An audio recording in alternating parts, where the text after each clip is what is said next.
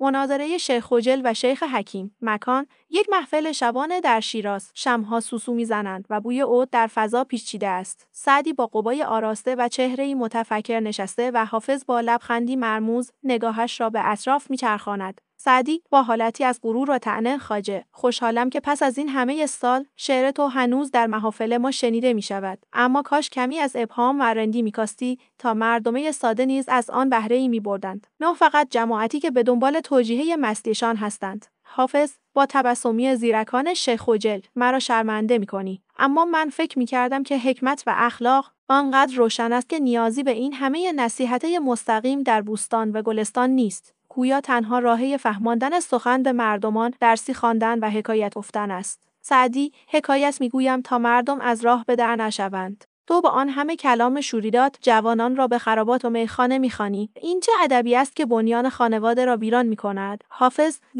ویران آن بنایی است که از اول بر پایه تزویر و ریا ساخته شده باشد. من اگر از میخانه میگویم مقصودم رهایی از این ریاکاری هاست. نه یک جوره ساده. تو از جامعه‌ای پاک و اخلاقی میگویی، اما مگر این همه تزویر از همین مجامع بیمیخانه برنخاسته؟ سعدی: این تزویرها را با شرع مستقیم و حکمت میتوان از بین برد. نه با اینکه سرتاسر کلامت پر باشد از رمز و راز، مردم عادی که نمیتوانند بفهمند شراب تو به معنای دیگری است. خودت بگو چند درصد از مردم رمز مغان و پیر را میفهمند؟ حافظ: مهم نیست چند درصد میفهمند، مهم آن است که هر کس به قدر ظرفیت خود از آن بهره میبرد. شعر تو مثل نانه روزمره است، اما شعر من مثل آبی است که آتشه روح را سیراب می‌کند. من از حال می‌گویم و تو از قال. سعدی: حال تو گاهی چنان متغیر است که در یک غزل از زهد به مستی می‌رسی. از این تضادها چگونه می‌توان به یک راه راست رسید؟ حافظ: راه راست همین پیش‌وتاب‌های زندگی است. چه کسی گفت که حقیقت یک خط مستقیم است؟ هر کس دل صافی داشته باشد راه را پیدا می‌کند. تو با آن همه نصیحت انسان را به بند می‌کشی و من با یک غزل او را از بنده خویشتن رها می‌کنم. سعدی: با صدایی بلند رهایی یا سرگردانی. حافظ: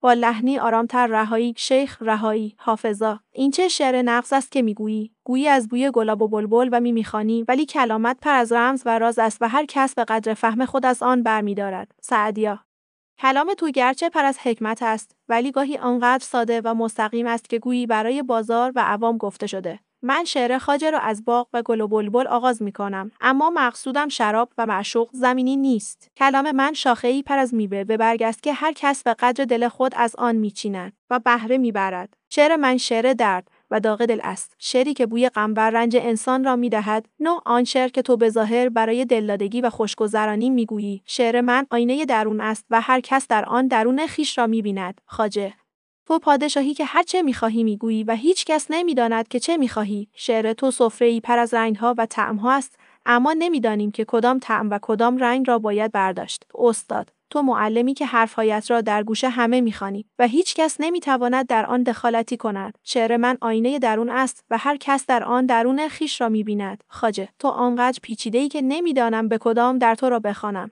تو در هر لحظه یک رنگ و یک پرده‌ای و هر بار با یک ساز دیگر می‌نوازی. استاد: تو آنقدر ساده‌ای که گویی همه چیز را گفته‌ای و هیچ چیز نگفته‌ای. تو با یک کلام همه سخنان را به پایان می‌رسانی و با یک جمله همه اسرار را فاش می‌کنی. خواجه: تو دردی در دل نداری، چون همه چیز را می‌خواهی و هیچ چیز را نمی‌خواهی. و استاد: تو با دردی در دل زندگی می‌کنی، چون هر چیزی را می‌خواهی که برای تو نیست. خواجه: تو شاعری هستی که برای هیچ کس شعر نمی‌گویی. و استاد: تو شاعری هستی که برای همه شعر می‌گویی. خواجه: درد دل تو دردی برای هیچ کس نیست. استاد: درد دل من دردی برای همه است. خواجه: من با این همه درد زندگی می‌کنم و هر روز شعر می‌گویم تا بتوانم از آن رها شوم. استاد: من با این همه درد زندگی می‌کنم و هر روز شعر می‌گویم تا با آن زندگی کنم. خواجه: تو مرا نمی‌فهمی، چون من در این دنیا زندگی می‌کنم و تو در دنیای دیگر. استاد: من تو را می‌فهمم، چون من در هر دو دنیا زندگی می‌کنم. خواجه: تو برای من زندگی می‌کنی و من برای تو. استاد: من برای خودم زندگی می‌کنم و تو برای خودت. خواجه: پس چرا هر دوی ما شعر می‌گوییم؟ استاد: چون ما هر دو به هم نیاز داریم.